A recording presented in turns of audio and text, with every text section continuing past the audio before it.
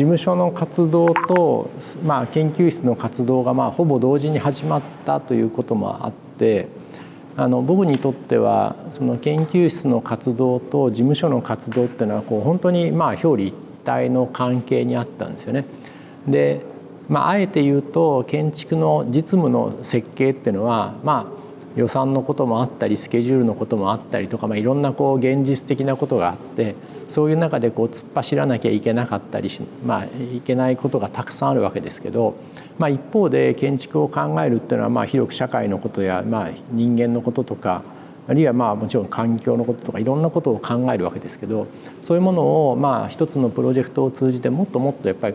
深く考えないと、なかなか建築をこんなものが面白いでしょうっていうだけでは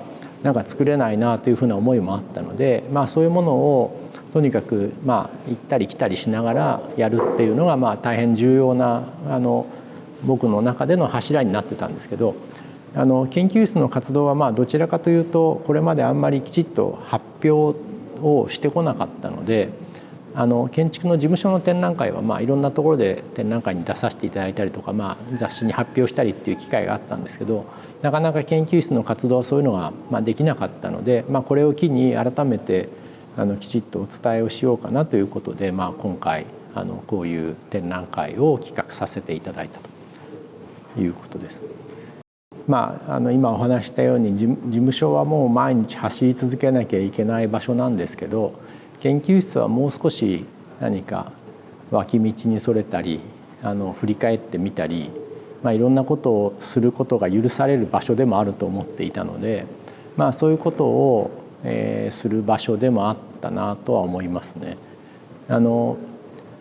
務所だとね、当然事務所の経営も考えなきゃいけないとかいろんなことがありますけど、研究室であれば必ずしも何かそれがすぐに何か利益につながるということにしなくてもいいわけですから、そういう意味でやっぱり建築ってものすごく広い社会や地球のことや、人間のことをたくさん考えないとできないことだと思うので、そういうことをきちっとやっていくというのはその建築を学ぶ学生にとっても大切なことだと思っていたので、なるべくそういう場を提供しようと思ってやってきていました。僕よくこれ友達の建築家というか友達の建築家であり、教員である人たちとよく話すんですけど、建築家ができる教育って何かっていうのは場を提供することだけだねっていうのはよく話してたんですよね。つまり僕たちが何か教えられることっていうのは限界があるので、でも何かこういう場を作ってそこで議論をする場ができたりとか、あるいは何か発表する場ができたりとか、そういうことをすることは教育でしかできないことなので、それをちゃんとやってこようということはずっと思ってきたことですね。それはですね、僕は特に都市の文脈をどういうふうに読み解くかっていうことはすごく大事なことだと思ってやってきたんですね。でそれは例えば医者が何か病気を治そうと思った時に人間の体のことをものすごくよく知らないと病気の治療もできなければ元気にすることもできないのと同じで、本来建築が立つ場所っていうのは、それが都市の場合もあれば自然の真っ只中のこともあるかもしれないんですけども、その場を知らないでやっぱりそういう何か建築を作るっていうことはやっぱりできないんではないかというか、そういうあんまり無責任なことはしたくないなというふうに思っていたんですね。でそれは一つはやっぱり東京が僕にとっての生まれ故郷だっていうのもあるんですね。東京はやっぱり僕は生まれ育ったこともあるので、東京は確かに非常にアノニマスな都市でもあるし、多くの人が出たり入ったりするような場でもあるんですけど、一方でやっぱり東京が生まれ故郷だっていうふうに思っている人間からすると、東京の街は何でもやっていい、何でもありの都市ではないのではないかと。東京にも歴史があるし、時間が積み重なっているし、さまざまな隠れた魅力もあるので、そういうものをなるべく掘り起こしたいと。でそういうものをより解像度高く知った上で初めて建築のことを語れるんじゃないかというふうに思って、特に都市の文脈との対話っていうのは大事にしてきたことですね。建築にどんな力があるかっていうことを僕自身が最初に実は経験したのはまだ僕が大きい事務所に勤めていた頃にたまたま住宅の設計を一つ依頼されて何の経験もなく始めたことがあったんですけど、その時のお施主さんというのは僕よりもちろんはるかに年が上で奥様は心臓に病を抱えていてなかなか普段自由にあんまり動けないですと。で家にいる時間が長いと。しかもご飯食べた後はすぐに横にならないといけないし階段の上り下りはやめてくださいと言われてると。そういう状態で旦那さんがその奥さんになので家をプレゼントしたいって言ってまだそんなに築年数経ってない家を建て直そうって決意されたんですよね。でその時に奥様がなぜ僕に頼んだのかって聞いたら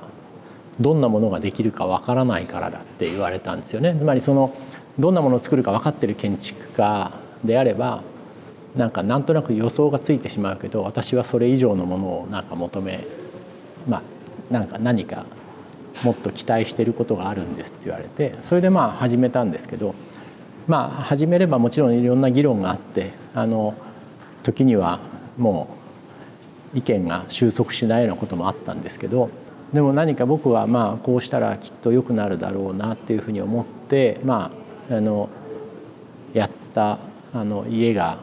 出来上がってその後もたびたびもちろん訪ねていったんですけどできて1年ぐらいした時にお会いしたら「私元気になったのよ」っていうふうに言われてそれは僕自身も驚いたんですよね。使わなきゃいけないつって階段登る時には遮光器をつけたりとかいろんなものをつけてたんですけど今はそういうの一切使わなくても平気になりましたっていうふうにおっしゃった、そういう経験があって、僕建築はすごく人の心に働きかけるような強い力を持ってるんだなっていうのはその時に大変実感したんですね。なので建築は一方で非常に商業的に今は使われたりとかその投資的な観点で使われることもありますけど一番大きいのはやっぱり人間人々の生活をどのぐらい力強く支えられるかそれを前向きにしてくれるかっていうのが重要なことかなっていうのはその時に僕は思いましたね。そういう意味では一番最初に携わった住宅がそういう経験をさせてくれたっていうのは大変大きな自分にとっては大事なスタートになりました。一番最初の部屋はですね僕が事務所を始めてそれから研究室の活動もちょうど同じタイミングで始まったので最初は小さな住宅の設計から始まったんですがその住宅の設計をしながらやっぱり都市のスケールのことについても同じように語りたいなというふうにも思ってましたしそれからどんな小さな住宅であろうとも都市にとってはそれは僕は増築であるというふうに思っているので、その土地のことをよりよく知ろうというふうに思って都市リサーチ東京100マップスという名前をつけたんですけど東京の100枚の地図を描いてみようとして始めたプロジェクトですけどもそういうものとかあとは同じようにですね、建築と街がどんな関係を取り結ぶのかっていうことを考えるときにやっぱり窓の存在っていうのは避けて通れないというか大変重要な要素なんですけどもその窓がどれだけ豊かなものであるかっていうことをより深く掘り下げたいなというふうに思ってそれでその都市的なこととそれからそういう建築の非常に根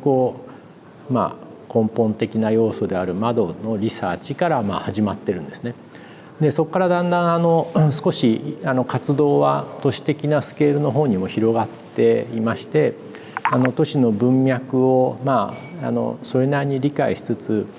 一方で町では再開発が始まったりとか、というふうな時期にたまたま豊島区さんから将来の町もどんなふうになるかを一緒に考えましょうということで、それで今後の町がどんなふうに変わっていくべきかとか、あるいはその時に特にそのモビリティが大きく変わるタイミングでもあるので、そういうところでどんなふうな街が描けるかっていうふうなその都市的なことをやっていたものが主になっています。それからもう一つ僕たちの中ですごく重要だったのは3.11、東日本大震災で、復興支援の活動を始めたわけですけど、東日本大震災っていうのはいろんな意味で建築界にこれからの建築がどうあるべきかっていうことを問いかける一つの重要な契機にもなったと思うんですよね。その技術に依存しすぎた社会が持ってる弱さであるとか、あるいは人々のつながりの大切さであるとか、あるいはその地域のなりわいと建築の密接な関係であるとか、そういうことをやはりもう一度きちっと考え直さなきゃいけないというふうなことも考えさせられましたし、そういうこともあって復興支援の活動と、それからそれに伴う将来の街の在り方っていうことをいろんな形で提案していこうということで、東日本大震災での復興支援だけじゃなくて熊本の地震の後のことであるとか、あるいは能登の地震の後の活動なども含めて2つ目の部屋では展示しています。それから3つ目の部屋に来ると、大学全体で僕自身はキャンパス計画に携わっていたので、キャンパスのそのデザインっていうのは、ある意味ではその時間に対する、との対話であったりとか、あるいは先人たちの空間に込めた思いとの対話であったりとか、そういうことをやっていくわけですけど、キャンパスっていうのはそういう意味で言うと建築や都市や土木を横断的に考えなければいけない場でもあるので、それについてもずっとやってきたので、それの紹介と、それからもう一つはここ数年、10年近くですかね、やってきた土木遺産というスタジオのプロジェクトを展示してますけども、それは日本は近代化の過程でその土木インフラをたくさん作ったんですが、それが今老朽化を迎えている時期もあるんですけども、一方でその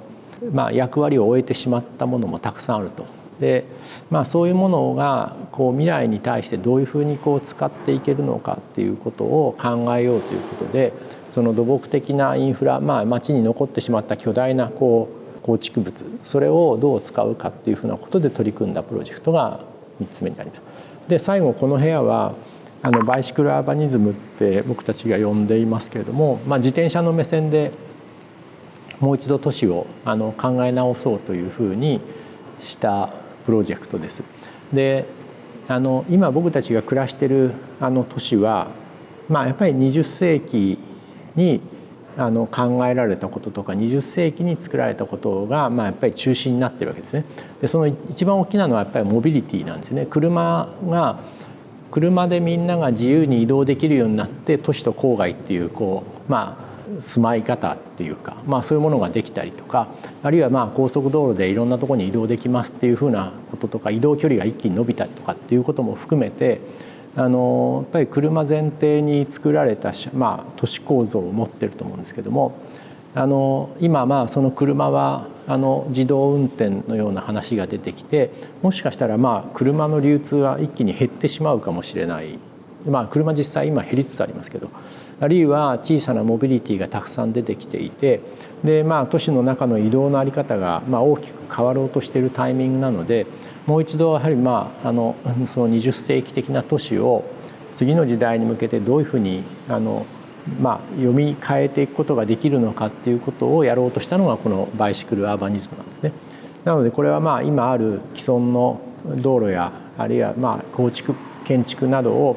どういうふうにその新しい移動の在り方が見えてきた時代になるかっていうことで紹介しているものです。そうですね。これは実は2020年でしたっけ、スペインのビルバオのグッケンハイム美術館でモーションフューチャーアーキテクチャだったかな、ノーマン・フォスターという建築家がキュレーションをして、建築やあるいはそのモビリティの未来を考えようという展覧会があったんですけど、その時にお招きいただいて、出品した作品でもあるんですよね。でそこでもやはりモビリティの将来がどうなるかっていうことを、世界のいろんな大学から出品してたんですけども、これは僕たちから東大からはこの、バイシクルアーバニズムを出そうということで、僕たちが出品をしたというものです。そういうふうに研究室ができて以降、比較的建築的なスケールから一気に都市的なあるいは土木的なスケールまでやってきたんですけど、もともとやっぱり振り返るとですね、僕自身はやっぱり建築とか土木とか都市計画っていうのは学問領域としては分かれてますけど、僕たちの体験としては別にどこも切れ目があるわけではないので、そういうものをなるべく横断的に捉えていこうというのはもともとのその強い思いとしてはあったんですけど、それが今回比較的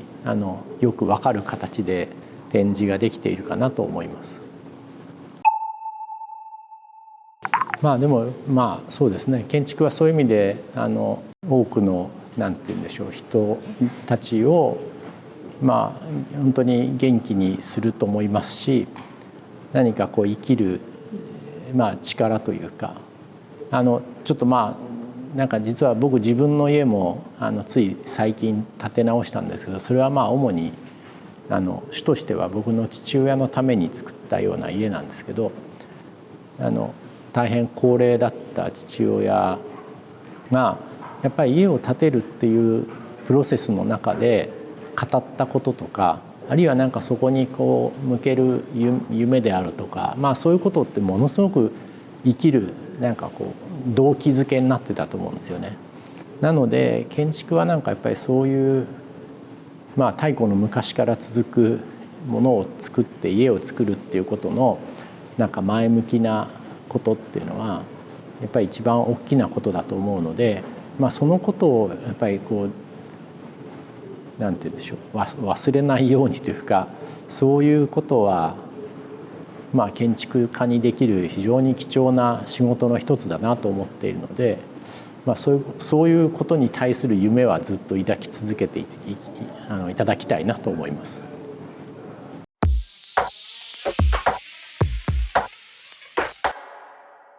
千葉学建築計画事務所の飯塚と申します。昨年まで千葉学研究室に所属しておりました。私が小学生の時に、乃木坂の国立新美術館に行ったんですけれども、黒川紀章さんの設計のその時にすごいその空間に小学生ながらに感銘を受けまして、それ以来建築家を志しております。その小学生の時からずっとその建築の衣装系に進みたいっていうのはあったんですけれども、で大学に入って衣装系の研究室がいくつかあって、でもあんまりどういう研究しているのかっていうのはあんましどこもピンとこなかったんですけども、千葉研究室だけなんか建築のすごい小さいスケールのこともやってますし、例えば建具の研究ですとかもやってるし、その一方で都市すごい大きいスケールのことも考えていて、なんかその幅の広さが魅力的だなと思って、最終的に千葉研究室に志望しました。思っていた以上に楽しかったですやっぱなんか千葉先生のコメントがすごく都市に対する新しい見方の提案みたいな、私からしたら全然思いつかないようなことをすごいポンポンおっしゃるので、すごい楽しい学生生活でした。なんか面白いのは学生が興味を持っているテーマだったら基本的にどのテーマでもやらせてもらえて、なんか建築学科の衣装系って、かなり研究のテーマって自由なんですけど、中でも千葉研究室は多分東大の中で一番自由に研究テーマ選べると思います。私たちが興味を持っているものだったら何でもよくて、なんかそれに対して各々好きな研究をして、それを週1研究会で各々発表し合って、その千葉さんだったりとか他の先輩とか同級生と議論を重ねるっていうようなフィードバックもらったりっていうような形ですね。ちょっとインタビューに言葉を選んでたんですけど、私はすごい社に構えてると思ってて、千葉研究室ってなんかそういう今までみんな当たり前としてる都市の仕組みに対してちょっとなんかこれは違うんじゃないのって批判的なちょっとマイナスな感じの切り口っていうか考え方から始まって、でより新しい提案をするっていうところが面白いと思ってます。すいません、これ後ろにあるのは、私が学生の時に設計した提案の展示になりますね。これはそうですね、これはなんか先にその土木遺産のプロジェクトでどの土木遺産にするかっていうのを先に決めたんですよね。これ姫路モノレールの廃線アートなんですけど、それを先に決めて、じゃあそれに対してどういう建築のタイプ用途にしようって考えた時に、私から何案か出したりしたんですけど、なんかどれもしっくりこないなって時に千葉さんから「これは役所がいいんじゃない」っておっしゃられて、私はそれがすごい悔しくて、先生がいい案を持っていらしたのがパッと出されちゃったのが悔しくて、そこからもう1週間すごい考えたんですけど、やっぱちょっとそれよりいい案が思いつかなくて役所になりました。ちょっとまだ力不足かもしれないです。ちょっといい案出せるように頑張っていきたいと思っています。ギャラリーの4のその3つ目の部屋にその千葉言葉という展示がありまして、千葉言葉はその千葉研究室の卒業生たちが千葉先生から聞いた言葉で印象的だった言葉を1人ずつ60個程度集めたものなんですけど、そちら見ていただけるとなんか研究室の雰囲気わかるかなと思います。私ないですね、ちょっと5年前くらいのものなので、多分この展示が終わって最終講義とかも終わったらまた65バージョンができると思います。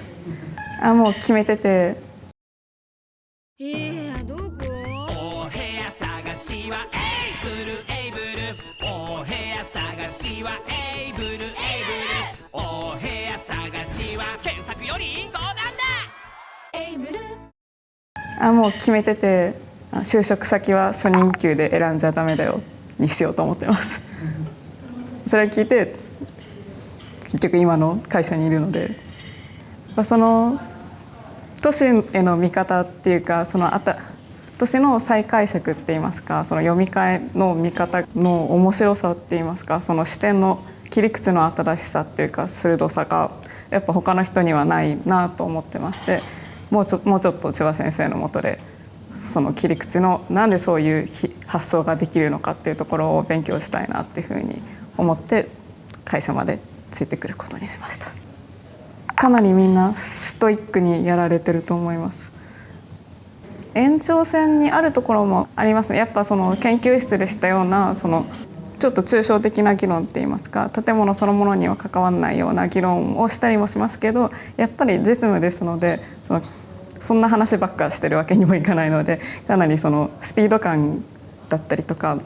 研究室よりもうちょっと現実的っていうかそんな感じですね、会社は。でやっぱり卒業生でも全然自分が関わってなかった時のプロジェクトは知らないことばっかだったので、こんなことやってたんだって思いましたね。やっぱなんかどのプロジェクトもすごい研究室でいっぱい議論を重ねて、なんか新しいものっていうか都市だったりの見方の提案をしているので、ちょっと各プロジェクトにテキストついてるんですけれども、テキストをじっくり読んでいただきたいなって思ってます。そちらの方がなんかより理解深まるかなと。やっぱ前からも思ってるんですけど、街との文脈の中でしか建築って存在し得ないと思ってるので、やっぱそれを大事にしたいなっていう気持ちはちょっと事務所で働いてやっぱり強く思いますね。そうですね、集合住宅の設計でも周りの窓の位置とかを全部気にしながらの設計ですし、難しいですね。難しいけど、でも都市の中にある建築っていうのがなんかすごい田舎の何もないところに建築があっても私そこまでそんな惹かれないんですけど、そういう都市の中にいろんな複雑な文脈の中にある建築っていうのがなんか生き物的で面白いんじゃないのかなって思ってます。それだけで独立して存在してるんじゃなくて。お部屋探しはエイブル